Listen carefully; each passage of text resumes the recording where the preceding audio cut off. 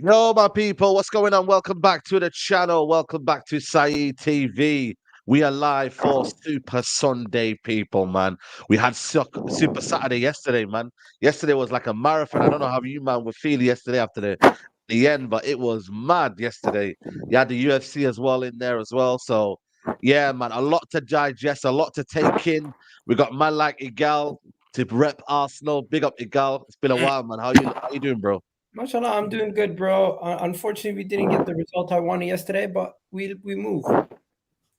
Yeah, definitely, man. We move, absolutely. We're going to discuss it in detail as well. We got Charlie repping the blue side. Goody couldn't make it. He's fortunately not feeling well, so hope you get well, my bro. And Charlie come in to step in. And you know what, man? I feel like Charlie's going to give an honest opinion about his performance. But Charlie, how are you, mate? You were there at Stamford Bridge yesterday. How are you? Yeah, no, bro, I'm all right, man. Obviously, I was massively disappointed in that. Still feel a little bit disappointed, but a lot of positives to take as well. And yeah, we'll get stuck into it. But thanks for having me as always, bro. Greatly appreciated. Yeah, absolutely, absolutely. Oh, is that someone's mic there? I don't know if someone's mic's a bit off there. But yeah, Rungs, what are you saying, bro? You know what? I got a little bit with Liverpool yesterday. I can't lie. I think there was a bit of Everton should have had a little situation for them. But other than that, what are you saying, bro? Everything blessed. No, I'm gonna. Was it my mic? It might have been my mic. Is my mic all right? Yeah, it's calm now. I think it's calm now. Yeah, I think it's calm. I don't know what it was, to be fair. cool. Yeah, man. You know me. I'm gonna be honest about the game. We'll chop it up, but I'm happy to get the 3 points. Happy to get the 3 points. But first of all, as well, I didn't even realize till now. Happy birthday, bro. Happy birthday. Yeah, man. Come on. Come on, man. Appreciate it, man. Appreciate it, man. Like I said, another year, Okay, another it's blessing, your man. birthday. Happy birthday, bro. Yeah, man. Nah, bless him, man. Appreciate the love, people. Big up to everybody who's in the chat as well. Make sure you smash the like button in the video, man. It helps the algorithm out, it helps the channel out. So, you know what I mean? If that's a little present for me, it's to smash the like button in the video, people. So make sure you do that. But yeah, man, let's get straight into it, man. Arsenal game yesterday. 2 points dropped or a point gained for you, Igal? What are you saying? Bro, Considering the circumstances. because we're in a title race, it's always 2 points drop. But based on the circumstance that we're 2-0 down, it's 1 point gained based on that circumstance. So the fact that we came back into the game, we take the point and we move. But at the end of the game, I felt like we had an opportunity to still win it. Even though we were poor for 70% of the game, we were terrible. But the last 25 minutes, we turned it on, and because of a couple of mistakes from Sanchez and Chelsea, we kind of got back into the game, and we had an opportunity to steal it. But if we did steal the win, it would have been undeserved. Let's be honest. Mm. You know what? I can't lie. I'm surprised by how poor Arsenal were, man. They were so poor, so lackluster. And you know what? That goal for Declan Rice, man. I mean, Sanchez, I don't know what he's doing there, man. But you gifted them, man. Gifted them. And I feel like for me, Chelsea gifted Arsenal, man. Like you lot gifted them a point. You should have beaten them convincingly, man. You know what I mean? It should have been a convincing win. We should be talking here, Chelsea, what a performance. But we're talking about a goalkeeping absolute bozo, man. Both of them, really. We'll get on to David Raya later There on, but was David I mean, Raya. Charlotte, yeah, David Ryan, man. Listen, telling you, if only shout out to, I think he had a baby, so congratulations to Ramsdale. But bro, if Ramsdale was there, mate, listen, the pictures would have been all over. But Charlie, you had a stadium, man. How did you guys blow it, man? How long did you, what happened? I don't know, mate. We just got it. We just got that in us. Like, do you know what? It's weird, is because like if you'd said to me before the game that we would have outplayed Arsenal for what 77 minutes or whatever. We would have been 2 goals up and 10 out of 11 players and the manager were all brilliant. Then I would have been like, yeah, great, I take that. And like before the game, no one was really giving us a chance. And I thought maybe, if we have a good day, we play to our best, we get a little bit of luck on Arsenal off it, maybe we could nick something. But I would have taken a draw before the game. But like obviously, given how it transpired, like it's really disappointing to walk away from that game having not won. And I suppose that in itself is big progress. Like considering how we started the season, considering we've not picked up as many points as we should, considering where we are at this point in time with the project under Pochettino, and that we're kind of 8 games in compared to Arsenal, sort of 3 or 4 years in under Arteta. You'd expect them to be a lot more of a polished side than us, but actually, we played some really good stuff. Saka, Martinelli were kept quiet for a lot of the game. I know Saka put in the cross for the equaliser, but other than that, didn't offer much. Martinelli didn't offer much. Odegaard was anonymous in my view. Declan Rice was decent. So and defensively they were okay. There's not much you can do about the penalty. It's according to the law, it's a penalty, but let's be honest. We all know like penalties shouldn't be given for stuff like that. But they're following the law. That was a correct decision, unfortunately, from an Arsenal perspective. But look, I think we can take a lot of positives from the game. It's just disappointing that we're still, because we're a new team, young, inexperienced still. Like we're even at 2-1. I knew straight away, we're not going. It's only going one way. It's going to be 2-2, or we're going to lose. Like if the game had been another 5 or 10 minutes, we would have lost that game because because our heads just dropped and we shit ourselves a little bit.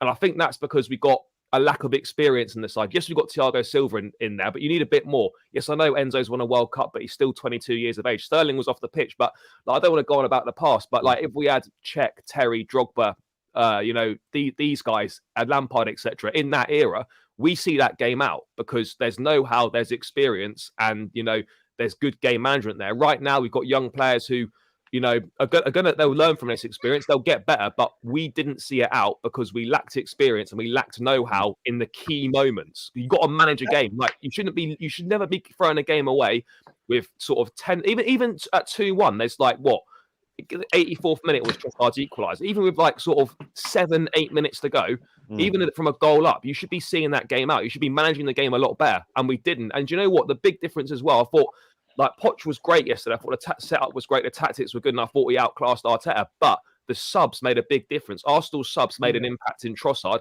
Our subs didn't really have the desired impact we're looking for. I thought this happens quite a lot. As soon as Mudryk went off, we don't look as good a team. I'm not saying he was unbelievable yesterday, but he's becoming an important player for us. And as soon as he went off, it kind of dropped a little bit. Madueke's not really played that much. Reece James comes on and we do a double up with him and Gusto down that side. Not really sure that worked. I thought the subs kind of let Poch down a little bit from another flawless performance, pretty much. So look, Arsenal can definitely count themselves lucky to get out with a point. I think it's more us handing it to them, but they have developed a bit more of a steelier mentality than they had in the past. So for me, positives, but also massively disappointed that we couldn't see it through, because that would have been massive for us. You know what? I just want to say, you said it perfectly. I couldn't have said it better myself. I think inexperience cost you, and the way that we were relentless kept us at least trying to get something out of this game at the end of the day. Most of the time, the last couple of years, we would have given up. We would have 2-0 down. We would have been buried. But also, you guys are a little bit toothless in front of goal. So we knew the moment you guys got that 2-goal lead, if you got a third, I felt like the game would have been done and buried. But there was chances as well. There were chances for the third, like when Raya gave it to Cole Palmer. Maybe we should be doing. I don't want to criticize Cole. Even Jackson late in the game. Jackson as well. Jackson late in the game as well. Yeah, Paul. I thought you guys were gonna win that game 3-0 at certain points, but then the moment we got that goal, it gave us life. We had no right to be still in the game at certain points. I felt like we were just terrible. Odegaard was horrendous, and before the game, people were saying Odegaard, Conor Gallagher comparisons. I'm not gonna lie, I back Odegaard 24/7, but Conor Gallagher had an amazing game, and he at times had Odegaard under. He just had him playing terrible. I felt like you guys set up tactically well, but the midfield was not where the game was won. I felt like the game was won on the wing battles with Cucurella versus Bukayo Saka. Yeah, he absolutely was amazing, and I'm surprised you didn't mention Cucurella. Well, I forgot about it. Well, I didn't forget about him. But Cucurella and Conor Gallagher were the two people who stood out for me the most. I mean, even Gusto was brilliant as well. I know he had that one lapse where he fell asleep at the back post, not aware of the danger behind him. You should always be aware of the danger, but I don't want to take away from his performance. I thought he was very good. I didn't say the wing battle was key because Zinchenko was awful. He was obviously hooked at half time. Zinchenko shouldn't be starting. Yeah, he was terrible. I mean, Ben White wasn't terrible, but he didn't really offer that much. And I felt like Cole Palmer, and I know we kind of had a bit of a 4-4-2, bit of a hybrid formation at times. I think Gallagher and Palmer's pressing from the front and picking up little positions did cause problems at the back. I don't think Saliba and Gabriel were poor, but they certainly I think we did cause problems by maybe not having an out and out striker up there. These guys picking up pockets, pressing from the front, drifting in and out, not really a set position. I like Nicholas Jackson, but I don't think we get that same joy in the first half, particularly if he's leading the line. So I don't know if he was like they say he wasn't fit, but like he was playing with his wrist problem before he had the little surgery. So I think it could have been a tactical play. I mean, we'll never really know, but it could have been. So it's disappointing. It's disappointing at the end of the day, but it's also massively positive as well at the same time if those two things can coexist. I'm just going to say this though. Both teams had a lot of luck from goalkeepers. Goalkeeper mistakes this game was terrible. Now, Zinchenko, I'm just going to be honest, guys. I'm always on here. I'm very positive, but I am pissed off at my captain, Martin Odegaard. His performance was shocking. Zinchenko shouldn't be even starting. The guy can cry on the bench. Can we expand just a bit more on Odegaard? Because this isn't the first big game that he's I'm not happy this season. He had a terrible game against Tottenham. Yeah. I think Manchester United, for me, didn't really have he wasn't even the game with United. He wasn't the game. Yeah. No, he wasn't even. No, so like, and then who else have you guys played? There was the City game. I mean, we'll give it to him that you guys got the win. He won, but he wasn't a big part of the victory. He wasn't a big part of it. So for me, in all of the big games where he's had to come up against good midfielders or come up against a decent team, with regards to Chelsea, let's be real. When we looked at this game from afar last week, we were saying Arsenal's the more experienced side. Arsenal's midfield's going to absolutely run through them. I heard Arsenal's got the size, they've got the strength, and they literally told me Caicedo, Enzo is just not going to be able to handle it. That's all I heard from Arsenal fans. And for them to drop such a poor performance against that Chelsea midfield, which, let's be real, has only just started to click in these last couple of games, it's a big deal. Odegaard needs to start to sharpen these next few games because your form hasn't been sustainable. Odegaard's and your best player's form hasn't been sustainable. When you guys talk about going into a league title challenge, if you guys start dropping points now, early on in the season, we all know what City's like. They don't do this later on in the season. So if you drop the points now, you guys are going to force yourselves into a position where you won't be able to catch back up later on in the year. I'm just saying. It's annoying, but I'm just going to say this. I think Chelsea's midfield was not the midfield that everyone's making out to see him. Conor Gallagher was amazing. Cole Palmer was really good. Their wingers were helping them progress the ball and putting a lot of pressure off their midfield. Their midfielders were not having this amazing game that everyone's making out to see him. They had good games, but it wasn't like the battle in the midfield was where the game was won. I thought they did a good job bypassing the midfield and going down each channel and trying to push through the channels instead of actually going through the wing. I thought Jorginho was quite poor. I can see why he played him, because obviously Partey weren't available. I think there's a better balance when you've got like another more defensive-minded, controlling midfielder alongside Declan Rice. But I thought Jorginho was poor. He's rattled. Rattled. Listen, man, you gotta say, man. Like for large parts, Saka got the assist, but for large parts, he didn't look 100% fit as well. Saka wasn't good either. No, he wasn't good. Neither was Martinelli. But at the end of the day, though, like what? No, I thought Martinelli was much better. Let's be honest. I thought Martinelli was a little bit better. But like they weren't like, you know what I mean? Like before the game, everyone was gassing up like, oh, you know, Martinelli and Saka are going to be there, like unplayable, all this and whatever. Like good players, but I thought we dealt with them very well and dealt with them a lot better than anyone would have given us any credit for. And just on the goalkeepers as well. Like, look, we know that playing out from the back is like the modern way now, but there has to be a realization at certain times as a keeper, you've got to read the situation and read the room. Why at 77 minutes, when you're comfortably in charge of a game, is Sanchez is trying to play a hospital pass to Gallagher and giving it straight to Declan Rice? Yeah, it's a great finish, fair play. But why is he doing that? Why? I understand you've got principles, but it's not the law. Nothing's going to happen to you. You're not going to get sacked if you just boot it out for a throw or just kick it upfield. You need to learn to read the situation, read the game. Because I know that only went 2-1, but that gave Arsenal a massive lift. Their fans were pretty quiet in the stadium almost the whole game. Then they get that lift for the last 10 minutes. It breathes belief and confidence into the team. And that you have to manage games. But that's what I mean about game management. That from a goalkeeper is really, really poor. Charlie, I think you're spot on earlier, right, when you said the minute Arsenal scored, you just knew you're going to lose or draw the game. Because I was saying to my boy that I was watching the game with, this either stays 2-0 or Arsenal get a draw or a win. Because I know the minute this young, quite inexperienced Chelsea team concede one, their heads will drop. And that's exactly what happened. But I kind of want to give praise to both sides in different ways, right? Because Chelsea, up until 75 minutes, I think we're the better team.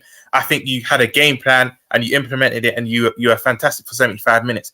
But it's like when Arsenal's fringe players came on, or the players that don't start, Yeah. I don't know what it is, but they just still took it to you. They kind of had that siege mentality that never give up. We're still going to go for this game. And albeit it was a Sanchez mistake, but the minute Rice scores, they were like, you know what, we're not losing this game. Even if we don't win this game, we are not losing this game. And that's kind of where I want to give credit to Arsenal. But Chelsea, again, I said, Charlie, me and you did a preview a couple of days ago. I said you're going to pick up some surprise results in this run.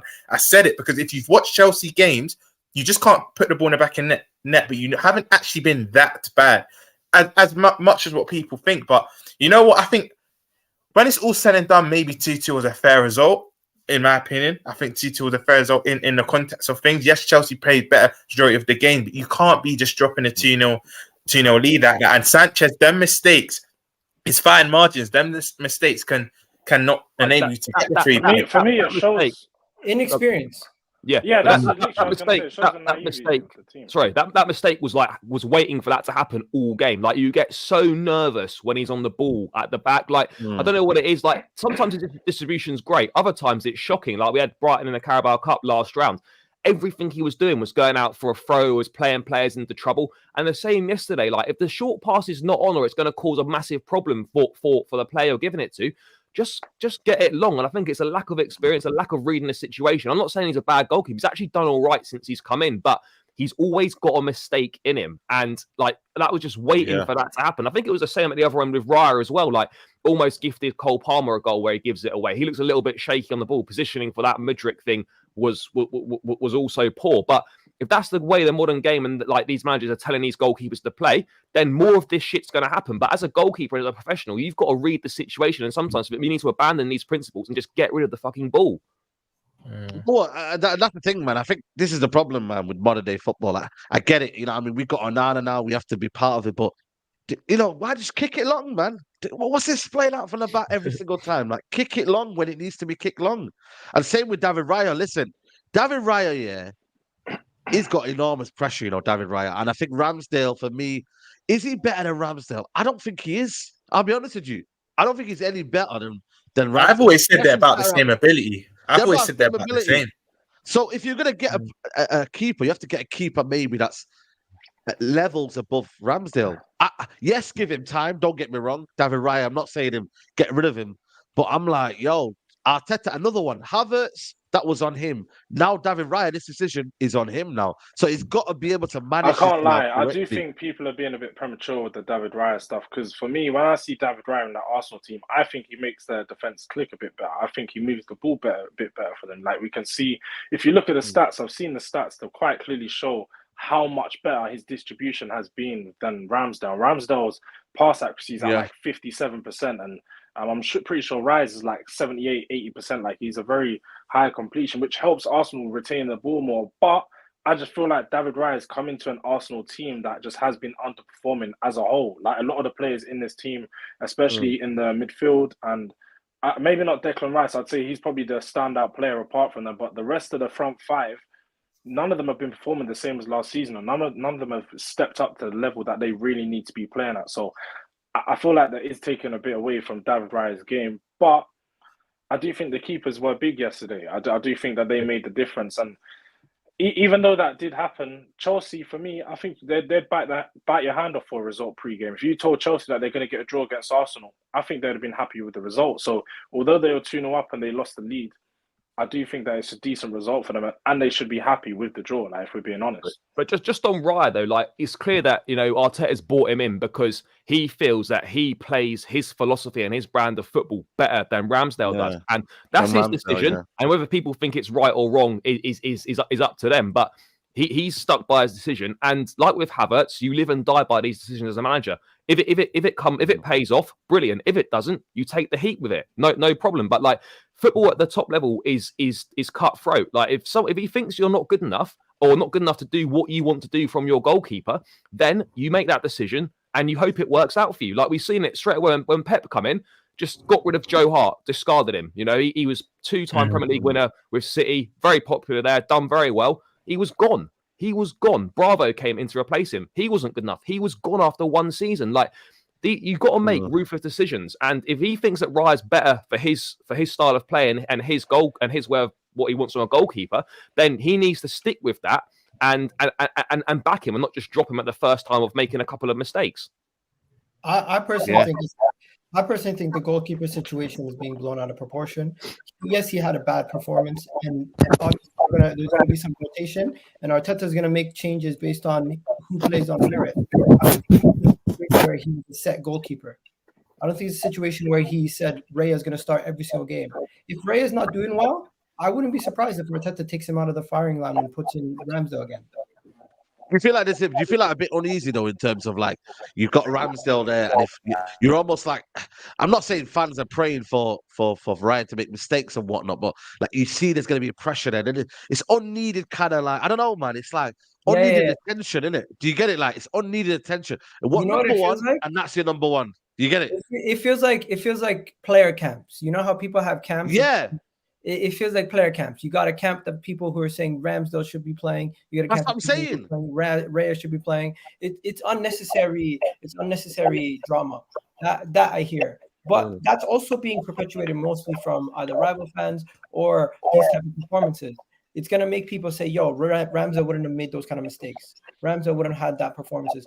Whatever positive Raya is doing, if he continues to have shaky performances, he should not be starting. Simple as. If he's not performing well, and that's having shaky performances like he did against City, even though it helped us at certain times, or the performance against Tottenham, you could even say was not 100% commanding in that performance. He's good at catching the ball. He's good at doing a lot of things. It's just there's times where he looks nervous. And if Mudryk caught him off that goal and he meant it, as apparently he's saying he meant it, I don't know. These things, if this happens again, Arteta's definitely going to have to take him out of the firing line. In the Champions League game, maybe Ramsdale starts. Let's see what Arteta. But then also you got the other keeper, Sanchez, as well. I mean, you know, he's another one that we need to kind of talk about as well, because that was an unbelievable two bad mistakes. Can we give credit can we give credit to Declan Rice though? Most players don't take that shot first time. Yeah, and that's the only place it can go as well, because if he puts it down the middle, Sanchez saves that. It's the only place it can go, right in the side netting. First time, it's quick thinking. It's a fantastic finish. And you know what? It does hurt seeing Declan Rice like score at Stamford Bridge in an Arsenal shirt. Like that, realistically, he should have been in our midfield. If things had played out differently, like our midfield should have been Rice, Caicedo, and Enzo. But it's not. And you know what? He's made a massive difference to Arsenal. It's not only that quality in the middle of the park, but it's those leadership skills as well that he possesses, that drive, that desire, that never give up attitude that not a lot of Arsenal players have had in the past. But now he's building a squad that is got those characters. It's got that belief in it. And you know what? Like people can say, like, I think Arteta was outclassed yesterday, but he's done a good job at Arsenal. He just needs to add the trophies to it now. And it's not a failure to miss out to Man City. He needs to add the trophies now. Of course he does. But like the way that Arsenal have transformed over the last kind of couple of years is credit to him. Given it's his first managerial job as well, I think he probably deserves a bit more praise than he gets. And, you know, I don't think he should be judged on whether he beats Man City to a league title, because, mate, no one's doing that. And like many better managers than Arteta have fallen short in that regard as well. So yeah, he's building something good, and he's changed the mentality at Arsenal, because Arsenal were associated with weak bottle job mentality. And I know they kind of fell off towards the end of last season, but you know, just the showing in games now where late goals against Man United, late goals against Chelsea, like there's a bit more of a never say die attitude about them. And if you're going for a title, you need that. So they do deserve praise for that. But I think at the same time, like from a Chelsea perspective, I think we've shown like we can go toe to toe with the top teams. We're going to need a bit more time to get it together, a bit more, you know, like we need to learn quickly. We've still got a lot of things to learn, but there's definite steps in the right direction. I think you can now kind of see that a lot of our recruitment that was laughed at, I'm not saying it's like been vindicated yet, but you can now see that people that were saying, oh, there's no plan, there's none of this, there's none of that. Some of these purchases are now coming to look like, do you know what? Maybe there was a bit of a plan. There's some good players here. Like we are building something good. I know that doesn't help you get results right now, but I think in the next 12 to 18 months, if things go how we feel they should, and these players reach the potential we feel they can, then there's no reason why we can't start seriously pushing our way up the table.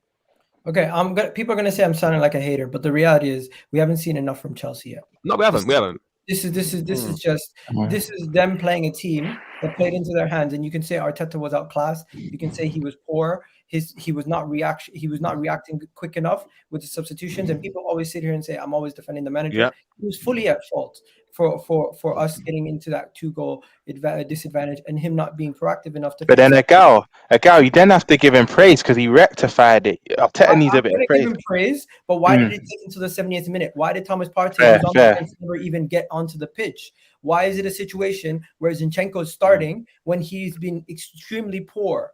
Like Zinchenko should not be starting again. Like this super chat. Who would you play instead? Because I know obviously Tomiyasu was decent, to be fair. Yeah. He came on, he was really good defensively, and Sterling was somewhat neutralized in the second half when Tomiyasu came on. Sterling had his way with Zinchenko for the majority of that game. And Mikel Arteta, he's played Jorginho. Maybe it's to give Thomas Partey some rest because he had 2 international games, but we should be taking every game seriously.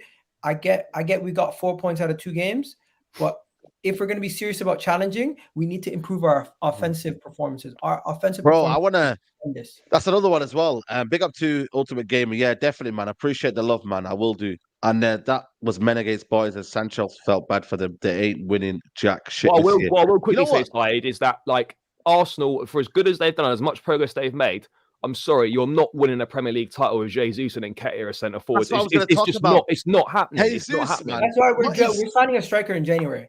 I believe that. Well, Jesus, man, can we not just like, what is he, Jesus, man? Like, I get it, he's a good footballer, but he's a striker, man. Like, I'll be real, man. You know, he is. He's a like striker. It's the way you said it, Sai. Like, what is he? Even you seem fed up, Sai. Bro, he's man. what Firmino was to Liverpool.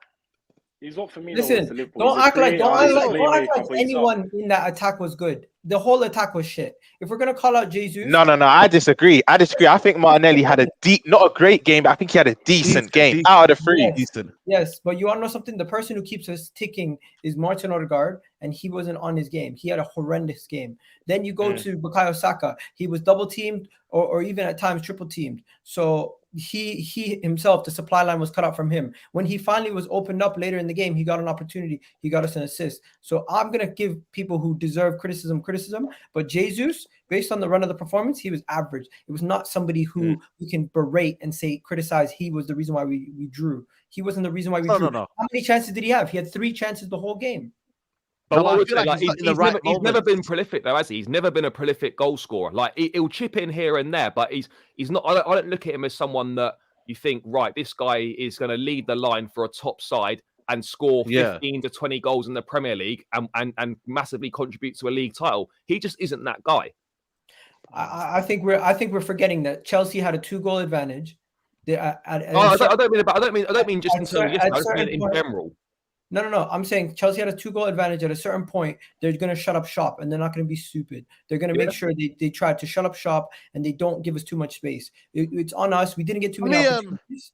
And Jesus, overall, he didn't impact the game as much as we wanted to. But the key people who should be at criticism here is Martin Odegaard and the. I hear that. No, but I feel like for me, Jesus, I don't know if he's going to be the striker for him to get the goals. I don't see him as a natural striker. You know, sometimes players are in that kind of moment where they're in the box. You know what I mean? They're there, ready. He's never that guy as well. Like, I think for me with Jesus, I don't know if you've squeezed enough out of him, but to demand goals from him, it's a myth. I think you've got to go to Ivan Toney in January. Simple as that. Ivan Toney is a must in January. But do you know what it is?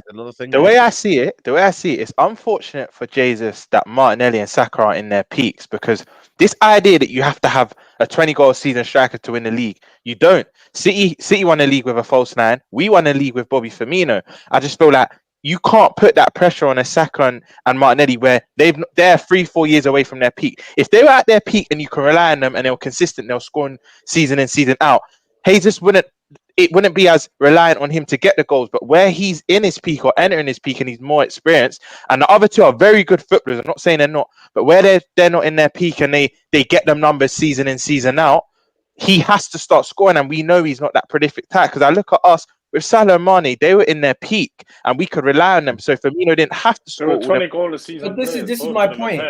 Arsenal don't have one 20 goal a season player in their team. None of them. Exactly. That's what I'm saying, George. We have 2. We have Martinelli and Bukayo Saka. That's They're not gonna true. do No, it. they in have to do that all consistently. comp, They have to do that consistently. Because they haven't done it.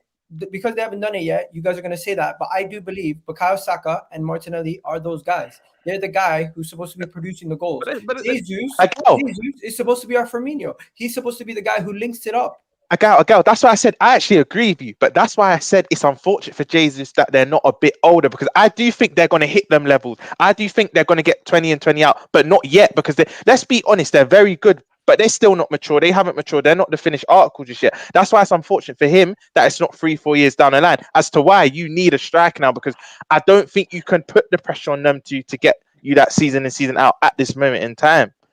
Okay, I'm just gonna say this. I don't disagree with you guys. We need a striker. We need to go get. In a Ivan Toney or something like that. But that's for the games that comes down to small margins. 90% of the games that we play where we face low blocks, what we have right now will do until January. Once we get to January, if we can strengthen, that's what's going to push us over to get us to the next level. But our attack, this is the first game they actually played together fully fit this season, and they've not been good enough. I'm not going to sugarcoat it. They were not good enough. We didn't get into our way, and we also have to give Chelsea's defense credit. They did a good job in neutralizing Martin Odegaard in the supply line, and that kept us at bay. I'm not going to sit here and belittle what Chelsea did. They did well, but hey, at the same time, unbeaten, you know. Listen, for always slagging off Arsenal, and you know what? They're still unbeaten, you know. So, and I mean, we have to be careful. 5 games in a row at Stamford Bridge, unbeaten. Yeah. No, listen, man. Chelsea, listen, I think they'll take encouragement from that. I think it just depends on now how you kick on from this. Obviously, different game when you played against Arsenal to when you play next week against someone else. You now have to show. Can we talk about the controversial referee decisions, though? Did you not feel like Cole Palmer should have been sent off for the challenge on Jesus? And the Sanchez. You know what? That was all about timing. And Sanchez, the exact same situation that people were talking about Onana against Wolves, a similar thing happened with Sanchez wiping out Jesus. So yeah, I see that one as well. I see the Cole Palmer one's interesting. I'm not gonna lie to you, because it's so early on the game. What was it, like the 3rd minute? Was it? What minutes was it? 8th minute. 8 minutes. Yeah. I feel like for me, the referee didn't give it because of the timing. Whether that's right or wrong, we need to come away from that. We need to get into the thing where if it's a red, give it as a red, because then we're just going to keep having these situations. I don't feel like, though, you have to look at you can't just look at it blankly like that, because as you said, I don't think it was a red, by the way. I don't actually think. No, but I mean, but even if you look at it like that, though, I don't feel like you should, because the referee's point of the game is to try and keep all 11 men on the pitch. If he disrupts the game and gives a red, a controversial red, that is, early on in the game, is disrupting the flow of the game, and then at the end of the game, you're all it's going to boil down to is, was the referee right? Was the referee right? Rather than just let it go. This is when consistency comes into it, though, because then, and if you look at other games for other clubs now, they've committed that same challenge and had players sent off. Do you know what I mean? So this is where the problem arises. There's no consistency with the refereeing. I agree with you. I don't actually think that was a red. I think Arsenal should have got a penalty, though. It's similar to the Nunez situation against Wolves early in the season. Sanchez literally takes out Gabriel. Is this that? I don't know if you don't remember WWE, Triple H, the high knee. He gave him the high knee.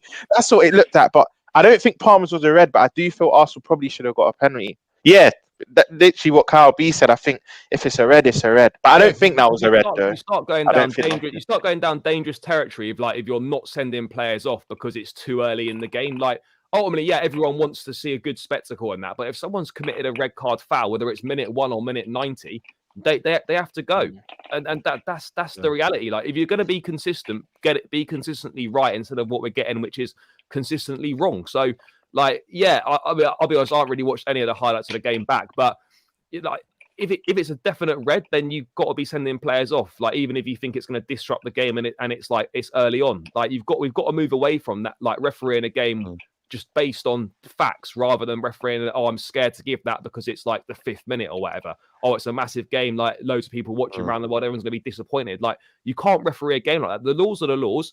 If it's a red card in the 5th minute or whatever, it's a red card and we move on. Does anyone think it was a red?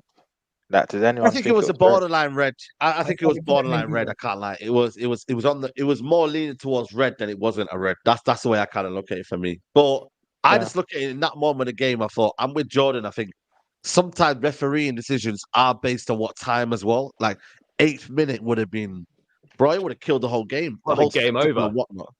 Could have game over, really. Let's be honest. Arsenal would have used that man advantage and just destroyed Chelsea. So I read if it was a foot ankle, game has gone. Yeah, also it depends as well. Because it was on his was it on Achilles, was it? Was it Achilles?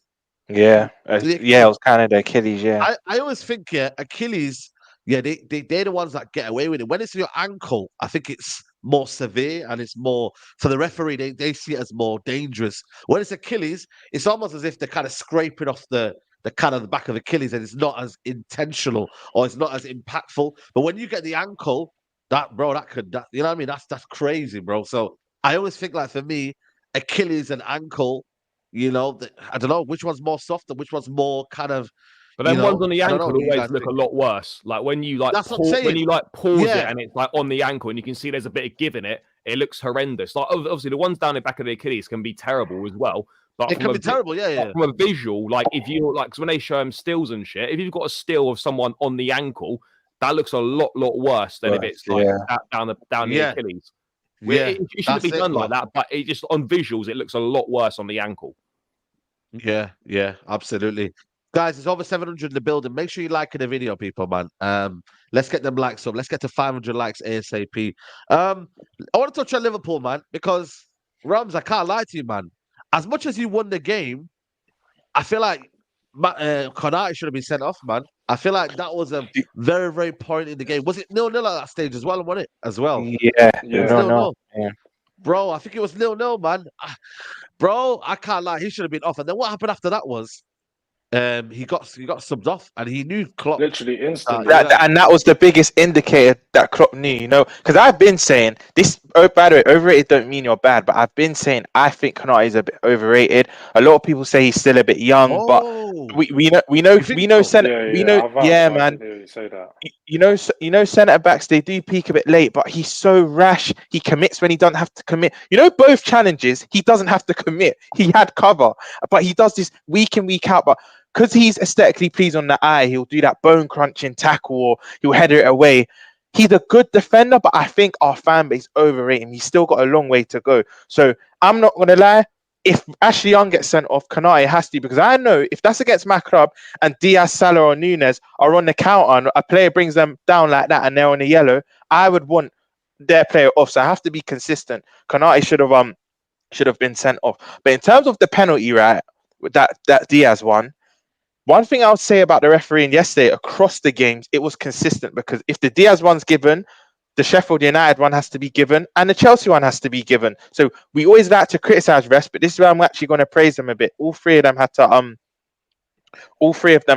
be given as penalties. But in terms of the actual game, look, I think the defense and the midfield were fine, but we weren't as potent as I know us to be. For me, we were creating a lot. I'm not going to say a lot, but we were creating enough to be ahead before even the Young sent off. We should have been about 2-0 up in the first 15 minutes. But I want to praise a man that I've wanted to start, which is Gravenberch. I think Gravenberch was excellent. There's this notion, some rival fans said, oh, he couldn't have been that good because he got hooked off early. It wasn't that. Klopp just wants to keep bedding him. He's not going to give him a full 90 straight away.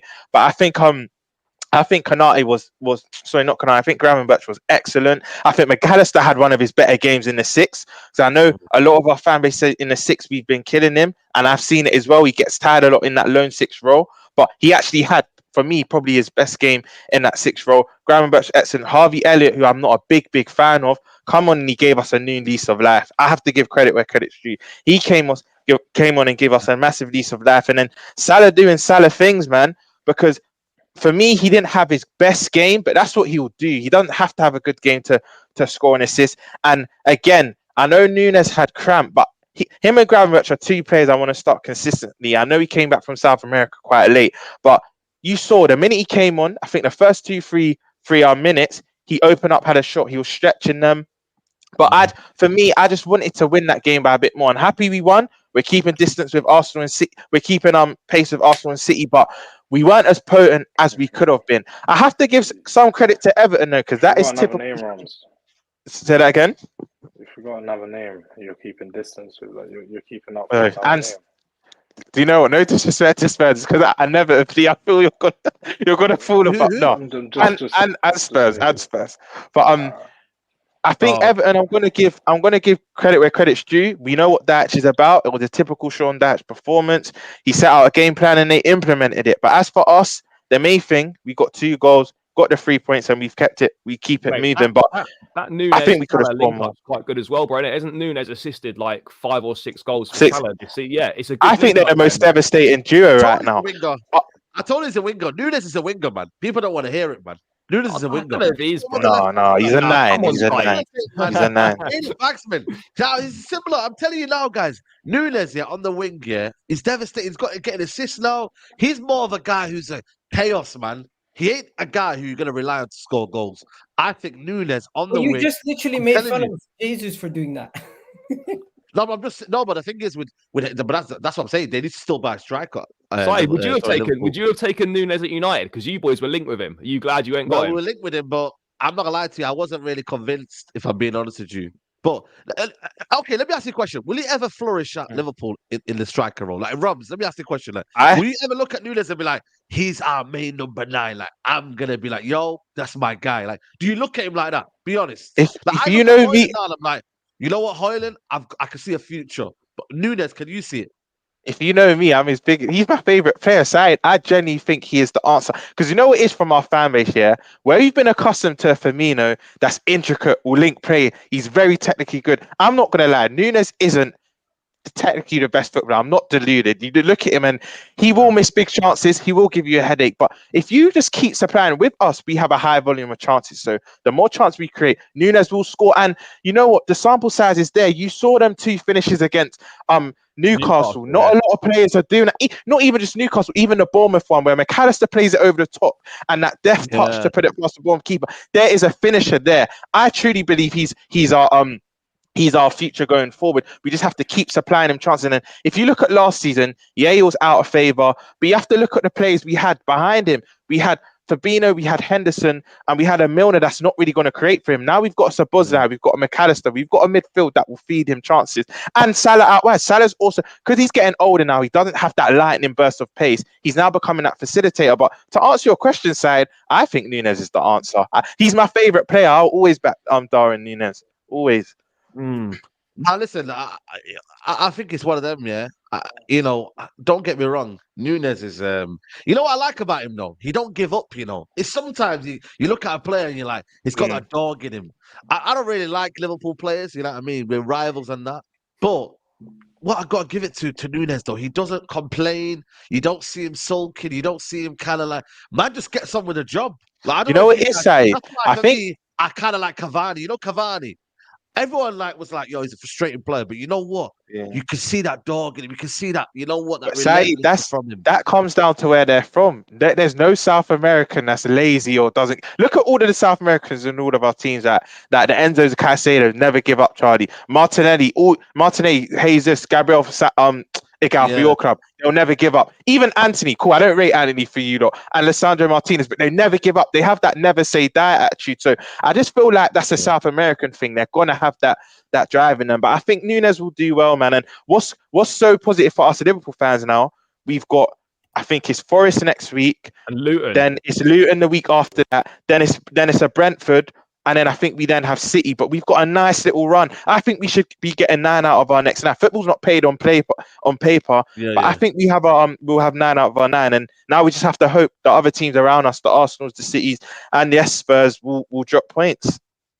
Let me just say this: is it maybe the confidence from playing so well with his national team? He comes on and he just does what he does for you guys also, because he did beat Brazil and he was like the man of the match in that game. So first time in 22 years. Yeah. So he could be a very much a confidence player, because when his confidence is high, I always seem to see him pop up and do something.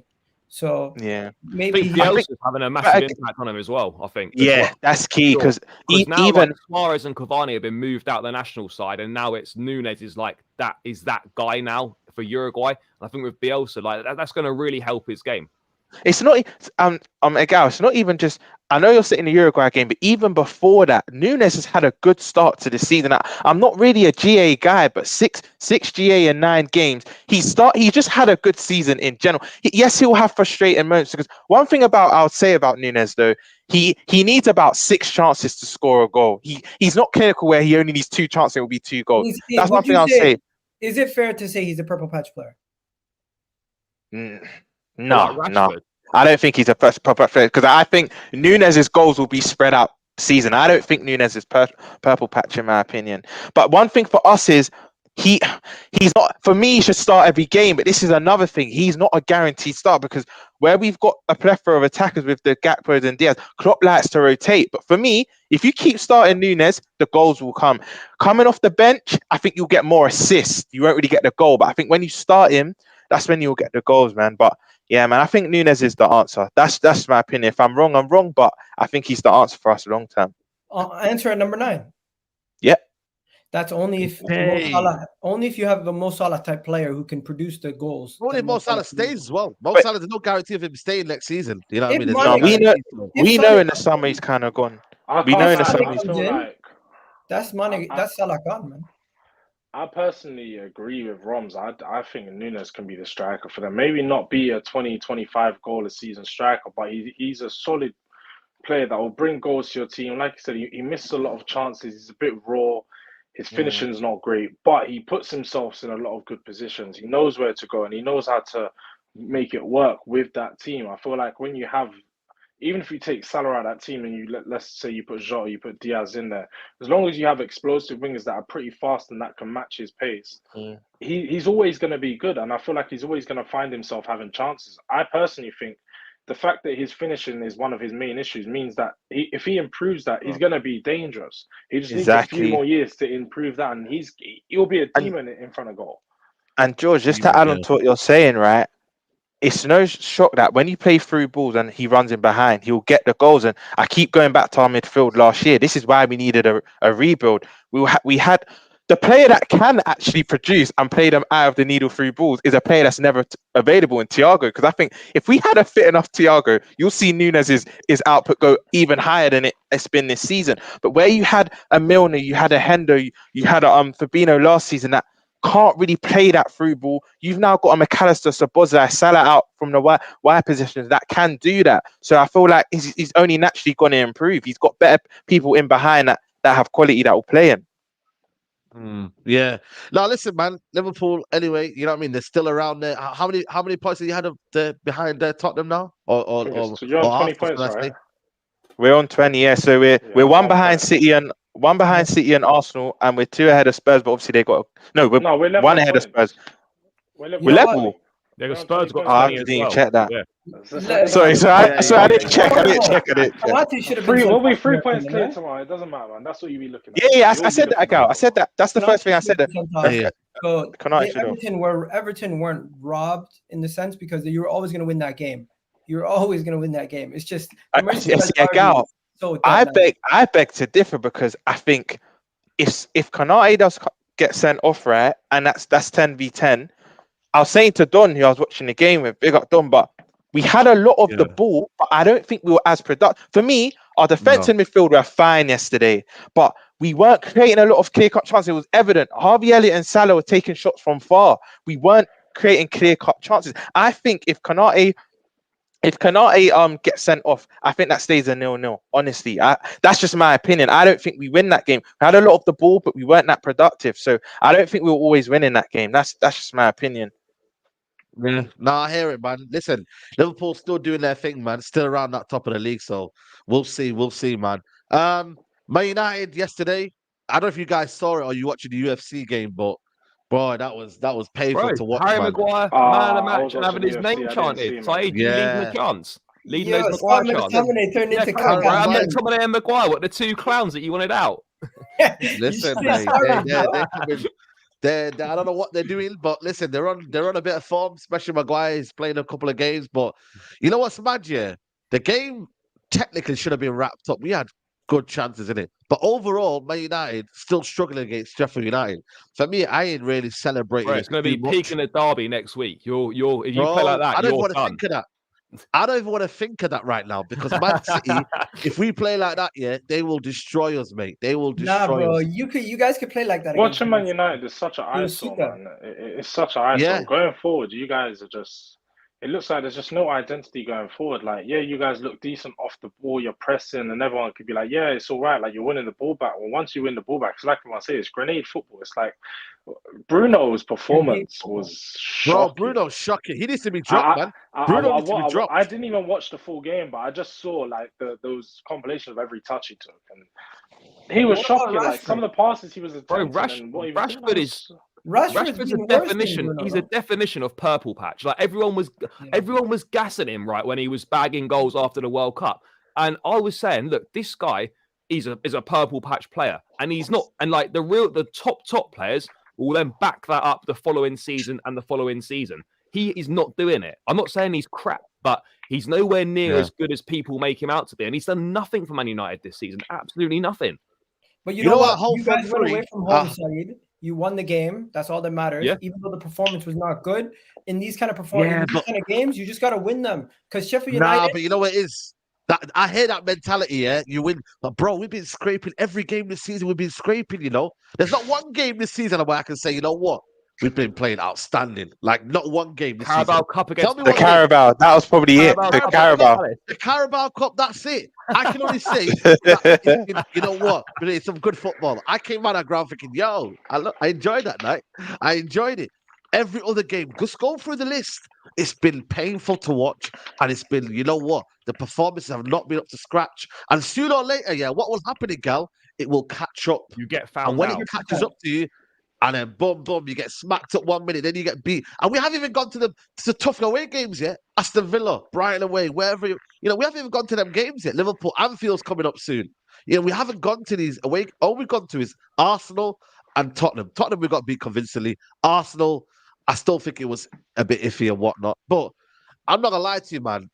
Ten Hag needs to fix up. I'm still Ten Hag in, but there's a lot of United fans that are just they're Ten Hag out. You know But bro, if you don't start like winning the fans over, bro, it's gonna be peak for you, man.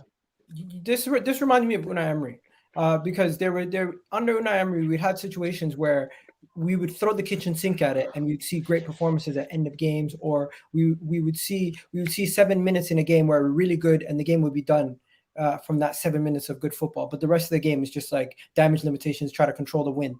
And that's similar to what I'm seeing in Manchester United. I don't think he has the players to play the way that he wants to play. And when he does, when it comes to trying to win a game, playing them. And when it like comes Mount's to now off the bench. Mount's been now one of our, I would say, better players in terms of, you know what, like he's been a bit more positive. But Bruno plays every single game. What's the Let me know, identity? though. What's Do the you identity, agree- Saeed? do you agree with this part of the statement? When it comes to end of the game, when you need to win, he throws all his tactics out the window and resorts to what you were doing last year. Yep, 100%, 100%. But I think he's doing it even at the start of the game. What's the identity though? What's the identity at United? Like, you know, I'm not saying like we've got it all worked out at Chelsea, but yesterday there's a clear identity, a clear pattern of play, clear like roles set out for players, and they know what they're doing. You look at United, like what's the plan? What's the identity? And like no one really knows what they're doing. You know what it is with me? I think last season, I think the identity was kind of there in terms of we kept better clean sheets. We were resilient. We were, you know, we kind of people knew like Ten Hag we weren't getting beat easily. You know, that was a clear plan. But this season, I'm sorry, man, there isn't much about us, man. We're very we're conceding possession. We're letting teams dominate us now. That's Sheffield United, bro, dominated the game pretty much in aspects until obviously to the end. But I just think right now there isn't no clear plan. I don't think he's got a philosophy right now. It's out the window. I think he's playing towards the players rather than the players. Do you think the players still believe in him? Do you think they still believe in him? They're still buying into his methods and that? I think sometimes you can believe in the manager, but you still, you know what I mean? It still can be shit, you know. Like Saeed, a lot of people always say, yeah, go on. Who do you have midweek? We have Copenhagen at home. Oh, bro, And I think this sums up United right now. I'm going to ask you, are you confident? Nah, not really. Not really, man. I'm not confident in that. And that's why I completely understand what you're saying. Like, I feel like, normally you say, yeah, just get the points on the board. I feel for United, it's more than that. I feel like you want the performance and the points now because you want to see some sort of identity. Yeah. You want to see that there's some sustainability in the way you play, and it's just not there. Because I wasn't watching, I was flicking it over to the first half, but I was mainly watching the UFC. But every time I flicked it over, Sheffield United were on the break, or they were just bopping you around. That was only first half. I didn't watch the whole game, but yeah, man, I know where you're coming from. Obviously a win's a win, but you were basically, if Dalot doesn't score a worldie and smash it top bins, that's a 1-1 draw against a dog shit team. Yeah. They lost 8-0 the other day. 8-0 the other day. You know It's what? crazy. There were situations for us to kill the game off. Garnacho should have scored. Rashford should have scored. But you know what's worrying for me though? We've only got one goal in terms of our front three as well. Like only I think Rashford has scored one goal. Garnacho, obviously, I don't think he's scored. Hoyland hasn't scored. That's a bit worrying. Anthony hasn't scored. Are you concerned Martial hasn't scored. Are Sorry? you concerned about Hoyland's side? I know he's done bits in the Champions League and he's done really well there, but in the league, Yeah, big up Jones. It's not. You know what? Because I quite know there. what he can do. Because I know he's young anyway. I think for me, the pressure. I always said at the start of the season, Man United relying on Hoyland to score goals. You must be out of your mind. That was on Ten Hag. I wanted Vlahovic at the start, but I'm not saying I didn't want Hoyland as well. Like I'm happy we got Hoyland, but you know what? He should be scoring more goals. Probably he had a chance yesterday. I think he should have just dinked it over the top. That's just a natural striker's instinct there. Just got to chip it over the top and just, he didn't have to really kind of scuff it in the house. Just literally just dink it over the top. The goals will come. I'm sure of it, but I feel like right now it's 007. People are saying 007. You know what I mean? Next league, that is going to weigh down. Game, it will be. No, but he scored. Yeah, but Champions League, he hasn't scored in the league. Champions League. Yeah, it was Champions League. No, but he got an assist, no? No, I don't think he's got anything. No, I think he might have an assist. I think he might have an assist. But you know what it is, though? The thing is, though, Rashford's not scoring goals. Garnacho's not getting any goals. We haven't got much goals in the team. But why man. does Rashford why does he keep getting picks, though? Like, well, that's down to the manager. That's down to the manager's, stubbornness. That's down to the manager's. You know why, though, Charlie? As much as I'm like you, I think he's purple patch player. I'm not his biggest fan, but he's the only real outlet. When you think of who's going to score the goals, the first guy. He's not doing anything, is he? So exactly. Yeah. You know what it is? It's a thing where, as much as Rashford's not playing well, you have to keep your only outlet on. Like I understand United fans don't want to drop him, but then it's that where else are the goals going to come from? Because even Bruno's not even doing what Bruno's known for. That assistant, he's creating, but he's not assisting and scoring. So it's like you kind of have to leave Rashford on. Yeah, but the thing is, though, I don't blame the offense for Manchester United's issues. I've always blamed your midfield and your defense. I feel like if your midfield and your defense is actually not doing too bad now in a minute. Apparently, Maguire had a decent game. I've always thought your issue was your midfield and your inability to control games, and your defense giving up stupid errors. Your attack has always been last year specifically, your attack was not the issue. Your defense won you guys your games. This season, your defense has been your issue. Yeah, no, you know what it is though? The problem is though, I think for me, our striking and midfield issues have been more prominent. I do hear that. I think ultimately you got to score goals, man. You got to score goals, man. Yeah, you know I mean? That's the issue for me. Can you obviously we know that Ten Hag Mount was his guy, right? Can you honestly see? I know they've not played a lot of games altogether because Mount picked up an injury, but in a few games they did play, it's not just me, but loads of other people must have seen it. Like, there's no way in my mind that Casemiro, Bruno, and Mount midfield can be well balanced and can be effective. I just can't see it. It doesn't work. It just doesn't work. No, it's as simple as that. But the problem is though now he's got a problem now with Bruno and Mount. He can't really play them in the same team. If he does do that, he has to put Bruno on the right. You know what I mean? That takes away from what Bruno. Yeah. How is he not realizing that? With the Bruno, Casemiro, and Mount midfield, where's your creativity coming from? It's only Bruno, isn't it, really? Well, it's meant to be coming from Bruno. It's meant to be coming from Bruno. I think Amrabat did well yesterday, second half, and I thought he was good in that second half. But again, he was unlucky with the strike. He was unlucky with the strike. Casemiro, do you then just say, you know what, you're dropping a big game player? To have Casemiro on the bench, and then it gets a bit like, Saeed, yo, man's a let's be contender. honest though. Seasoned veteran, 5-year contract on a lot of money, 60 million. You can't. You actually can't. can't, that's what I'm Maybe for saying. a few games, but it can't be consistent. You know what I mean? It'll be a lot better balance. You have Casemiro alongside Amrabat, and then you have one of Bruno or Mount or Ericsson ahead. Like that is because Casemiro, as good as he is, his legs are going. He's not as good as he won't be as good as he was last season. He still pops up with an important goal, like here and there. But like you need someone alongside him, which is why Amrabat was brought in. So like Bruno and Mount are going to have to rotate because there's not space for them in the same team, and then you end up wasting Bruno on the right hand side. Couldn't they just put all four of them in the midfield and have Mason Mount, Bruno, Amrabat and Casemiro? What, diamond? And then because you don't even have a right winger anyways. So just have a diamond midfield. Play Rashford and Højlund up top. We tried to diamond, but it didn't work. We tried it for 20 minutes. It didn't work. Listen, I don't think we got to give it more than 20 minutes though. Yeah, right now, Ten Hag for me is not tactically flexible to be doing any switch of formation. I think he's just got to get us playing better. You know, I mean, the system has to be better. I think generally he needs to facilitate us playing better football. Whether that comes from the actual diamond formation, I think it's a bit far-fetched because we played for 20 minutes. I think we do need our wing play. You know, there's a lot of wingers there. Use them and get them in the system, play them better. You got to integrate Mount in the team. How does he get into the team now? Ericsson. There's so much thing for him to do and not enough time. So you get me? Like, it's done anyway. It's done. You know what I mean? And like I said, people talk about Sancho. Listen, man, Sancho's done, man. Sancho's going. Are you writing off the season? Hey? Are you writing off the season? Just like you're making it like. No, I think for me, top five, and that'll probably be it. Do you believe you get out your do you think you're going to get out your Champions League group? I think you're joining us. After Copenhagen.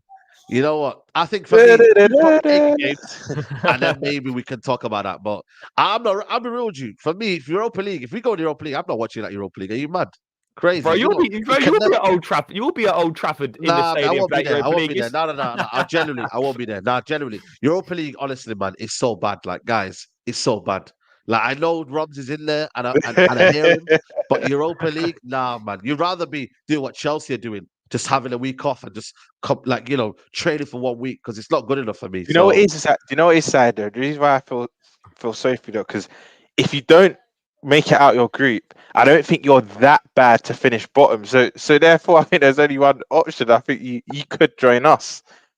Yeah, you also got to look at it side though, right? Say you go into Europa League, right?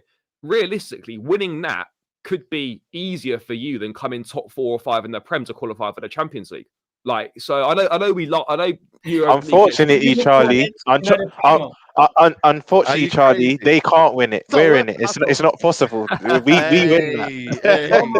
It's not worth it, bro. I'd rather go in the Premier League. I'd rather go all in the Premier League, man. That Europa League, because you know what the Europa League is, bro. You're gonna come up against these Spanish teams, yo. And it's true. It's true. You know, have you seen Alonso's Leverkusen? Looking decent. I don't think they've drawn. They've drawn one game. I think it's like 8 wins and a draw. It's crazy what they're doing. Let me ask you this though, Saeed. Since the beginning of the season, has your performances defensively have started to pick up, but your offense has dropped off? That's what you were telling me earlier. Yeah. Basically. So why do you think that is? Why do you think your offense has dropped off so much from last season? I think the principles of Ten Hag right now. To be fair, last season we weren't free scoring anyway. We were winning 2-1 here and there. Our defense was what was keeping us in. We had a lot of clean sheets. I think David Hay won the Golden Glove. So that in that aspect, we were doing well. But the problem is though, it's not sustainable. This season we had to kick on. On, and I feel like we've regressed. Do you get what I'm trying to say? So this season was a season to be like, yo, we play better football. It's more expansive. We're better as a team. But now I feel like it's just kind of like... You're saying that last season, maybe I don't say the whole season was a fluke, but do you think that was you actually last season, you outperformed how good this squad actually is? And I think maybe Ten Hag went above your expectations, Saeed. I think the reason why you guys are so down on this season is because of expectations. Expectations were raised last year. And that's why when we're looking at your team's performances, we're saying, you know what, it's similar to how you started last year, but you wanted to see better than last year. Yeah, basically. And I You feel know, like that was a, you know what it is, yeah? Chelsea and Liverpool, they were shit last year. I get that, yeah. But United still did their thing. But problem is, though, you can't rest on your laurels in this Premier League. You can't sit back and put your feet up. Look at Newcastle, man. Them. Are you watching Newcastle right now? Mate, they're cooking Oh, they're now. back. cooking. They're Yeah. back. Just to add to what you said, Ty. You know what Ten Hag did? He set the bar so high last season that he now has to maintain it or get better. You won a trophy and got third. He now can't think, oh, I can have a season off. No, he's actually ahead of the process. I don't even want to say that word, but he's ahead. That he's further down than what he should be. Maybe this year was the year to maybe win a domestic and break into that top four, because he already done both in his first year. He's put more of the pressure on himself. But That's the if I'm being honest, side, I can't see him lasting past Christmas. I can't see him lasting past Christmas. What, Liverpool? I think the dagger. Liverpool. Yeah, I think I've been saying this. I think December 16th, that's when you come to Anfield. I'm not saying it'll be 7 again, but I think we smash you. And I think that's it. I think your club will have enough and they'll pull the plug. I can see it. Mate, Jim, Sir Jim might have his might have other ideas, and he might want to bring his own guy in. Yeah. Paul Mitchell's on his way, isn't it? Paul Mitchell's on his way. Yeah, you're never going to become Ten Hag out. It just doesn't make sense. You know what it is with me, yeah? A lot of people want me just to be Ten Hag out, but I think for me, it's not got to the stage now where I feel like there's no more hope with Ten Hag. I feel like when you become manager out is when you feel like in your heart and there's no. I don't think I'm at that stage right now. So it would be for me disingenuous to kind of say, just for the sake of it, like Ten Hag out. When it was Ollie, I was the first person, one of the first persons. He was. He was. I was. People came 2 years later, so I was then steady. So that was when I remember my hand of heart. Ollie out. Mate, you started the movement. No, but everyone said to me, Ollie out. What are you talking about? Is we're getting second and all that. I said, nah, man, I don't see it. And you know what? I can see the cracks already. So I'm going to be out now. Right now, like I said to you, am I concerned? Yes. Does it need to get better? Yes. But am I Ten Hag out? No. But isn't it, bro, in my opinion, just before you go, Charlie, quickly, my prediction is I think you'll turn in December. I think in December you turn. I think you have enough. You'll get to the end of your tether. I think you will see nothing going forward. I think December you. I don't think he's gonna ever get Ten Hag out. I think he's gonna be more detached from Man United than he would be detached. But I'm already detached anyway. Yeah, but also, you got to remember, sack higher. What's bro? We did it. I was going to say turning into Chelsea. It don't work in the modern football anymore. But also say, bro, this is a massive week for United. You got this Copenhagen game, and you've got the derby. Now, let's say a worst case scenario, you lose both those games. Is that does the situation not your view, but does the situation around the club do more fans start getting on the manager's back and like wanting him out? Copenhagen, bro. Copenhagen, I think for me, do you know what it is with the City game? I think most City are favourites and most people expect City to win. But for me, it's the manner in which United have to kind of put in a performance. It's the manner, because let's say City beat them 2-1, but you saw United showed fight. I think United fans will be like, you know what, they can not accept that, but they'll be like, you know what, I saw a bit of something. But if City go and beat them 4-5-0, that's when it's gonna be. That's when it's gonna be crazy. That might be. You know what? That might be a lot. For even me to take 5-0 at home. That might be the one where I'll be like, it might even cut the process, because that's for me unacceptable. These losses are something that you just cannot accept at home in a derby, to be losing 5-0. And that's why I say the performances have been unsustainable. So let's see what happens in there. Let's see where this football club goes. But other than that, like I said to you, Newcastle are around. They're doing well now. You know what I mean? I just want to quickly look at the Premier League table before we wrap up. Newcastle are back there. Tottenham play tomorrow. Sorry? I think we've crept into the top half, mate. So you can bring it on the screen. Oh, you're yeah. Bring that table up on the screen. We've made it. We've made it. No, there we go. There you go. You've made it. You know what I mean? 15th. Manchester United are 5 points behind? Well, not even 5 points. 1 point behind top four. And obviously, it's one of them. It's about consistency, man. You know what I mean? Right now, the season's still young. It's all about these teams here dropping points of each other. Like today, Aston Villa play West Ham, so if they drop points of each other here, you know what I mean? We'll see. Yeah, Charlie, man, eight, Man eight, City- 8 points off. 8 points off top four. Charlie, you reckon you could? You out me in a late shower? Mate, no, bro, I'm telling you, mate. Because I was saying to you the other 4 day, points, Roms, 4 on points. my channel, like as long as we were 7 points Yeah, off. 4 actually. We were 7 points off. But obviously before going into this run of games, like this run we've got coming up is make or break for us. If we can stay minimum 7 points behind, then I think second half of the season we've got a good shout of potentially turning that over. But if that becomes like 12 or 15 points, forget it. And Champions League is gone after by November. So this is why this run's so important. Yeah, you can't leave it for too late. But No. for Saeed, Manchester United is still very much in it. Like one win, you're back in there. 1 win, yeah. Well, You know, the thing is, though, the for guy me- has a great point. He has a great. That's football. Foot fans can be so fickle that two good results, 3 good results, it can change the complex of everything. A guy makes a great point. Great point. Yeah, like I said, that's why for me this week is so key. We got Copenhagen, Fulham, and Man City, then Fulham back again. So You go in before the Copenhagen. international break. You go into the Copenhagen game. No. I'm not going. So- I was meant to go, but I'm not going anymore. Saeed, you know one thing I'll say though about the City game? Whenever City go United and I expect City to win, I remember a 2-0 win years ago when McTominay scored that from in his own half. And I remember even last season, I thought City were going to wipe the floor. Yeah, true say there was a mad decision, but still United showed fight, and I thought City would just walk in the park. I thought it would be an easy game. So United at Old Trafford, they do normally perform against City, but yeah, that would be a funny game. That would be a funny game, but I expect City to probably win, man. We will be there. We will be there, man. Big up to everyone, man. Listen, it's been a good Super Sunday, man. There's still nearly 800 people in here. Can we get at least 500 likes? That would be amazing, guys, if you could do that. Yeah, because like I said to you, man, we're giving you a solid show. Hit the like button. It helps the channel out massively, helps the algorithm. Igal, big up to you for jumping on, man. Appreciate it, bro.